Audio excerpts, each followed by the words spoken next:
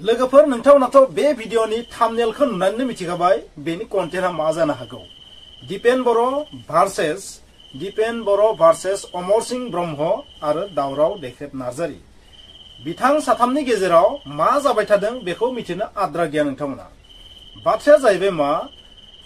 माब्लाबा सोरबा सासेया मोनसे बाथ्रा बुङो, माब्लाबा सोरबा सासेया मोनसे बाथ्रा बुङो, माने जायखिजाया बाथ्रा बुंनायनि फिननायखौ बि होलायबाय, बिनि उनाव बि फिननायखौ लायबाय, बिनि उनाव बि फिननायखौ लायबाय। जास्ट माने मा जाबाय थादों रिपन माने जास्ट माने बेयाव सौग्रोना बेयाव फैदों, बेयाव सौग्रोना बेहाय थांदों। जास्ट माने रिटार्न जाबाय थादों, रिफ्लेक्शन जाबाय थादों। बे रिफ्लेक्शननिफ्राय मोननैसो बाथ्रा नुजाखांदों, बेखौ आं नोंथांमोननो लानानै फैलायबाय। बे भिडिअखौबो नोंथांमोना फानि स्टाइलाव लाबानो जाबाय आरो नोंथांमोना आइडिया खालामबानो जाबाय। नोंथांमोना ओरैबायदि आइडिया खालामबानो जाबाय, बेबायदि नांलाय खमलायनि गुबै थांखिया मा, बेबायदि नांलाय खमलायनि गुबै थांखिया मा, टारगेटआ मा, बेवहाय मा राजखान्थि हाबसोनानै दङ ना बेवहाय जेबो राजखान्थि हाबसोनानै गैया, मा बे नांलाय खमलाया पार्सनेल नामा ना जातिनि थाखाय बे माबा मोनसे खहा गोनां, बेखौ साननायनि किन्तु सम जाबाय। नोंथांमोना थारैनो दीपेन बर'आ मा बुंदोंमोन, खोरोमदाव औवारी बिथाङा मा बुंदोंमोन बेखौबो नोंथांमोना मिथिखाबाय। खोरोमदाव औवारीया मोनसे बाथ्रा बुंदोंमोन, बबेखानि बै बाथ्रानि जि अर्थआरि बायदिमोन, आं सेन्टेन्सखौ बुंला, अर्थआरि बायदिमोन माने एबसुनि दैदेनगिरिफोरखौ आरो बा एबसुखौ बेबायदि ब्लेम खालामनायनिफ्राय गोजानाव था, बेबायदि ब्लेम खालामनायखौ गोदान बोसोरजों लोगोसे गार। बेबायदि खालामबाय थायोबा माब्लाबा जुदि माबा मोनसे जाथाय जायोबा, जानो नाङि जाथाय जायोबा बेनि दायनिगिरिया एबसुआ जानाय नङा। जास्ट लाइक मोनसे वार्निंआनो आरो बुंनो थाङोबा। माने वार्निंआ मानो फैदों बेखौबो नोंथाङा बुजिना ला। गोबां समावनो एबसुखौ मानसिफोरा माने ओरैबायदि गाज्रि बुंग्रा जाबाय। दानि समाव बयनिख्रुइ बांसिन नायनो बाजानाय रावजों, गाज्रि रावजों सोंखारि जानाय बर'नि आफादानो जाबाय एबसु जानानै दङ। बबेखानि एबसुआ दिनैसिम गेदेर जेबो क्राइमथ' मावाखै, बेबायदि अयनायथ' मावाखै। नाथाय मा जानि थाखाय एबसुखौ एसेबां नायनो बायो बेखौथ' जों बुजिनानै मोना। मोनफा मोननै सोरबा दैदेनगिरिया गोरोन्थि मावाखै नङा, मावदोंबो जानो हागौ। बिनि थाखायनो जानो हागौ एबसुखौनो रायजोब्बाय नामा, बेबायदि मोनसे थासारि आरो मोनसे थासारि क्रिएट जादों। आरो बेनि चान्सआवनो जे मानसिफोरा जे बेबायदि एबसुखौ एसे माने गाज्रि मोनहांनाय मोनसे सोरबा मानसिफोरनि गेजेराव फैदों। मानोना एबसुनि दैदेनगिरिफोरा एसे डेम'क्रेटिक लाइननि गोजा नालाय, माने बिसोरखौ जेरै मेरैनो रायनोबो हाखागोन बेखौ साननानै लाबाय। बेनिखायनो रायनाया सोलिबाय थादों। आरो बे चान्सआवनो सानै सुबुङा सानफ्रोमबो दीपेन बर'खौ रायो, बेखौबो नोंथांमोना मिथिखागौ। आरो बिथां सानैयानो जाहैबाय दावराव देख्रेब आरो अमर सिंह। बिथांमोननि गेजेराव मा जाबाय थादों नोंथांमोना जेबो मिथियै गैया। नाथाय दिनै नोंथांमोना जाय प्रेस कनफारेन्स नुदों, जाय नोंथांमोना ससियेल मिडियायाव नुदों,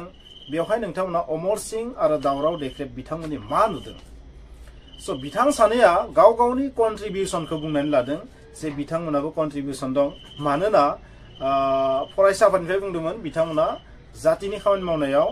जेबो कन्ट्रिबिउसन गैया। बेबायदि एबसुखौ सोंखारिनो सोर बिसोरो बेबायदि आरो माने कुइसन। आरो बेनि फिननायाव बिथांमोना मा बुंदों, जोंहाबो कन्ट्रिबिउसन दङ, गोबां बेबायदि मदद खालामबोदों, थाखा फैसानि मदद खालामबोदों। बबेखानि थाखा फैसानि मदद खालामनाय खालामिनि बाथ्रायाथ' गासैबो बर' रायजोआनो गोरिबनिफ्राय लानानै धोनिसिमहालागै गासैबो मदद खालामबोदों, न' डाउट। बेफोर बाथ्राखौ बुङाबा मोजां जायो, नङा होमबा? कन्ट्रिबिउसनाथ' गासैबो थागोन,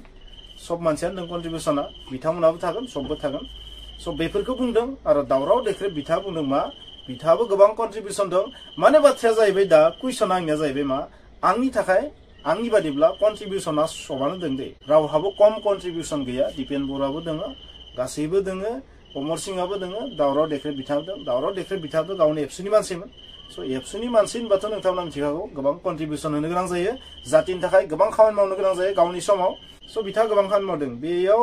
जेबो 1 2 3 4 5 6 किन्तु गैया, गासैनियाबो कारेक्ट। आरो रांखावरिनि बिथिङाव बयबोथ' कालेक्सननि समाव गासैबो साख्रि आवलाफोरानो मेक्सिमामानो कालेक्सनखौ हरनो गोनां जाखायो। बे बाथ्राखौ अमर सिंह बिथाङा बुंदों। अमर सिंहआ माने बेखौ कन्ट्रिबिउसन होननानै बुंदों, बबेखानि बे कन्ट्रिबिउसनानो, बेवहाय जेबो बुंनांगौ गैया।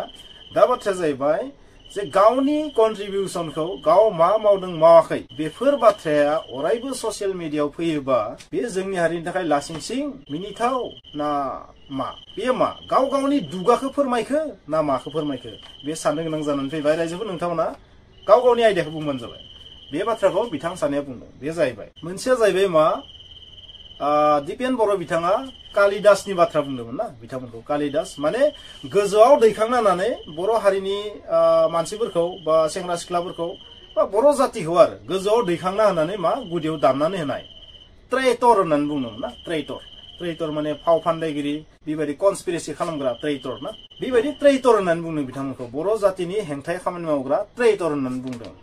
बिथांमोनाथ' 16टा डिपार्टमेन्टनि बाथ्रा बुंबाय थायो बै 16टा डिपार्टमेन्टखौ लाबोफिननांगौ होननानै बिथांमोनाथ' पिआइएलबो होदों बे बाथ्राखौ बयबो मिथिगौ आरो बिनि थाखाय एबसुआ माने बिसोरखौ गोबां बादाबो होबोदों गोबां दान्थे बिदान्थे जाबोदों बेखौ गासैबो रायजो राजाया मिथिगौ जियानो जाया मानो बिनि थाखायबो माने माखासे जाथाय सोलिबाय थादों आरो बिनि थाखायनो कालिदासदो रुजुदों ट्रेइटरदो रुजुदों आरो बेनि जि बिनि फिननाया जोबोर इन्टारेस्टिं बिनि फिननाया मा अमर सिंह ब्रह्म बिथाङाथ' मा बुंदों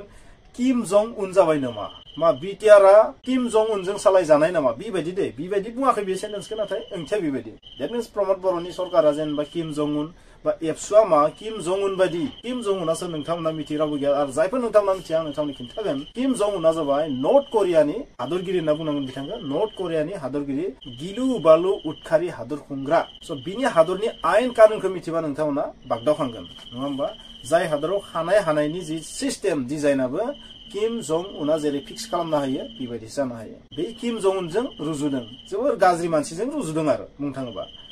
आरो मा बुंदों राजा नामा किं नामा बेखौ दावराव देख्रे बिथाङा बुंदों राजा नामा किं नामा जों जेबो बुंनो मोना दिपेन बर' बिथांखौ सब बेबायदि आरो नाथाय बुंनो मोनैथ' जेबो गैया नाथाय गाज्रि रावजों बिथांमोना बुंदों स' बिथांमोननि खुगायाबो सम लागाम थायाखै जायनि जाहोनाव मा जाहैदों बेसेबां बुंजानो गासैबो मानसिसो नालाय बयनिबो खुगायाव जुदि गाज्रि राव फैनो हायोबा बुंजाग्रानि खुगायावबो कालिदासा फैगोन ट्रेइटर सोदोबा फैखासिगोन स' मा जादों जोंनि हारिनि गेजेराव इन्टेलेक्सुवेलफोरनि गेजेराव मा नांलाय खमलाय आरो बै नांलाय खमलाया जानो हागौ जोंनि हारिनि फिउचाराव जोबोर गिदिर खहा लाबोनोबो हागौ आरो बेबादि जायोबा बेनि दायनिगिरिया सोर जागोन दिपेन बर'आ जागोन ना दावराव देख्रेबा जागोन ना अमर सिंहआ जागोन नोंथांमोना बेखौ जाज खालाम खारन दैदेनगिरिफोरा नांलायबाय थानाया जोबोर गाज्रि जादों मोनसे बिथिङावबो जोबोर गाज्रि जादों बे जाहैबाय मा जोंनि दैदेनगिरिफोरा नांलायनायावनो मा जादों खायसे बाथ्राफोरखौ बुंनाङामोन बेफोर बाथ्राखौबो बुंलांगासिनो थादों आंनि आइडियाव जोंनि फरायसा आफादा खायसे बाथ्राखौ बुंजानायखौ लुबैयाखै जोंनि इन्टेलेक्सुवेलफोरखौ नाथाय जोंनि खायसे इन्टेलेक्सुवेला मा गावनि लाबालाबनि थाखाय बुंनो नाङि बाथ्रा माने बुंलाङो दा जेरै गामि दाजाबनाय दानख'नाय सोसननाय बारायनाय बे बाथ्राफोरखौ अपेनलि बुंनाया जोंनि हारिनि थाखाय माब्लाबो मोजां जानो हाया बै गोरोबथायाव मा दं गैया बेखौ बिजिरस्लायस्लाय बै गोरोबथायाव मा आरोबाव थाबावनांगौमोन बेखौ सावरायनानै जाय बाथ्राखौ माने फकासाव लाबनाया मोजां नङा फकासाव लाबबा मा जायो जोंनि सुथुरफोरा मा जायो एक्टिभ जायो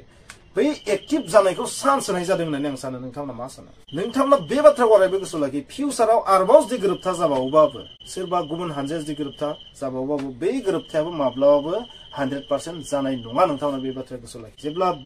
बिएलटिआ बै गोरोबथाखौ लानानै फैबाय बिटिसि गोरोबथाखौ लानानै फैबाय बै समाव माखासे दैदेनगिरिफोरखौ जायफोर दैदेनगिरिफोरा दा जेरै बेबायदि दान्थे बिदान्थे खालामबाय थादों बै समाव बिथांमोना बिपिएफनि मानसि नङामोन नुनो मोनदों जों जे बिटिसिआ ओरैबायदि मोनसे गोरोबथा जेराव माखासे माने गब्लं दं होननानै मिटिं लेक्सार होनायखौ जों खोनानो मोनदों दा मा जादों बिटिसिआव बहुत पावार दंमोन बिटिसिआव मायबा माबि दंमोन नाथाय दा मा जाहैबाय बिटिआरआव गब्लं गोजा स' बाथ्राफोरा माने पलिटिकेल आरो जुदि नोंथांमोना दानिफ्राय बहुत बोसोर आगोलनिखौ नायोबा बै समाव खायसे दैदेनगिरिफ्रा बिपिएफनि नङामोन खायसेया